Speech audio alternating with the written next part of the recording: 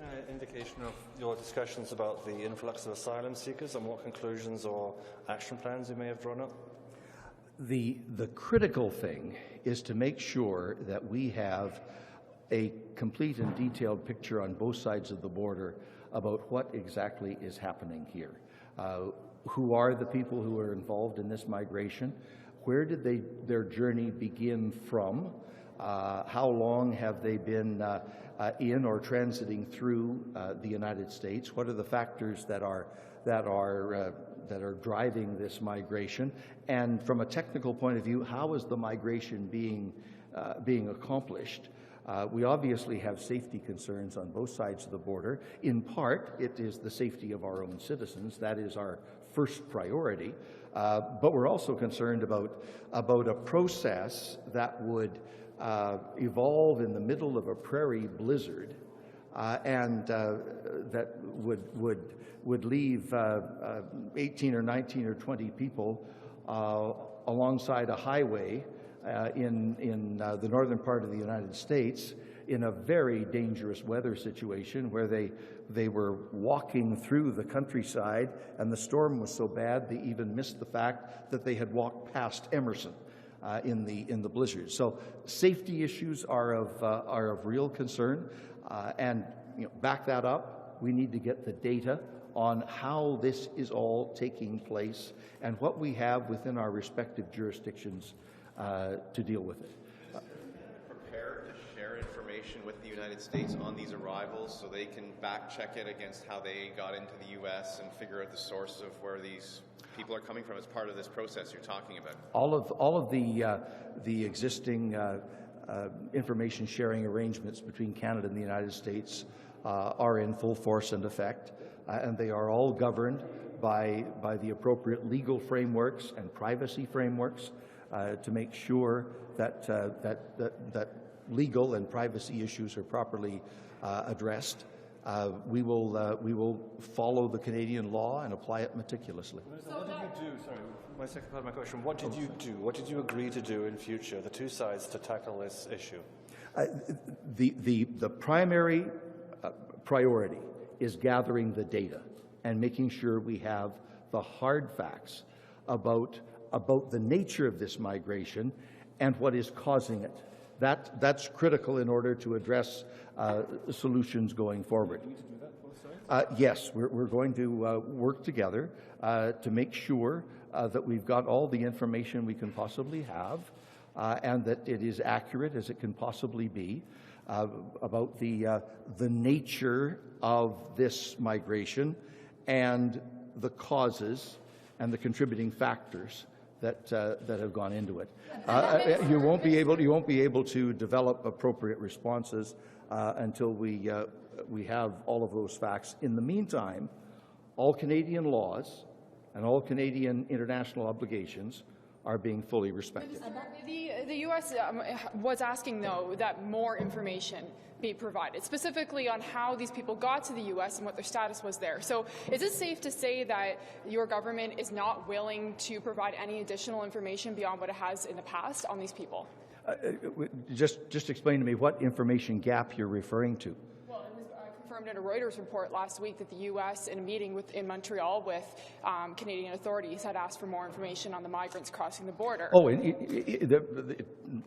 that kind of information is properly shared. These people came from the United States. Obviously, they're crossing the U.S. border into Canada, and we have provided information about the nature of their travel documents and that sort of thing to be able to identify, to the extent we have that detail, who they are and where they came from and what travel documents were in their possession, how they obtained them. That's obviously information that the United States would have to provide. Is the U.S. taking any measures did they guarantee any measures today to stop the flow of the increase of these claimants coming across the border? I mean, the point is, if a person is in the United States legally, and it would appear from the documentation that the vast majority are, that if they're in the United States legally, they have the right to move around in the United States. And as I understand it,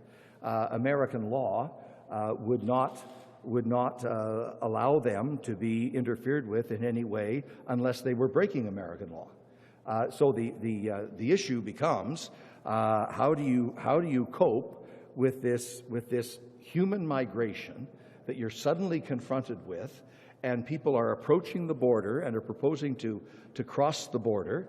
No one is suggesting the construction of a wall along the Canadian border. No one is saying that the RCMP should line up along the border and join arms and shoo people away.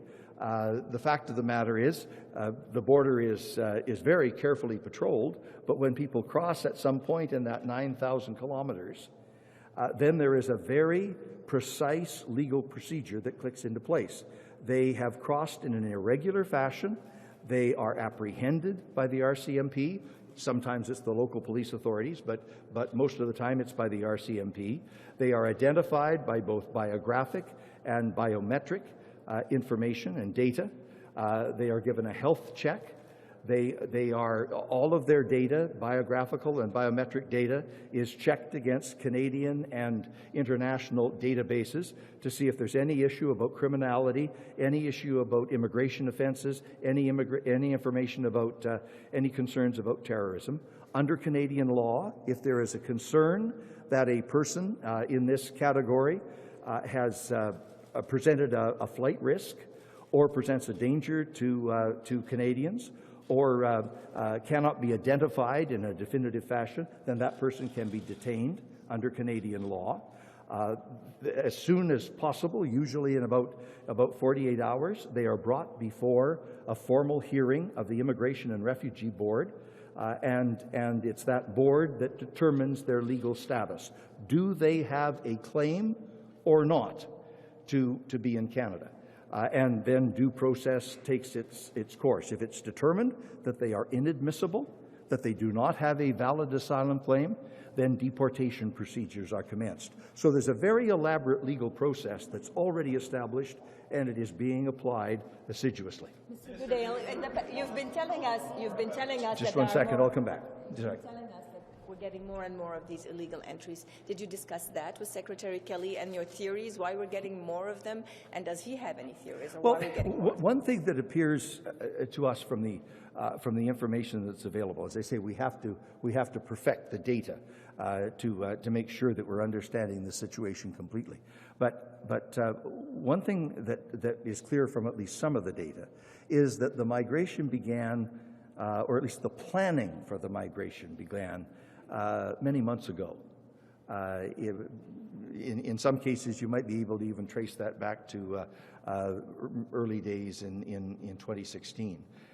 So, I mean, there's a lot of work that needs to be done to how did this begin to take place as much as almost a year ago, and what has contributed to it along the way. We'll also want to watch very carefully, and I want to say at this moment there is no evidence of this that we know of yet.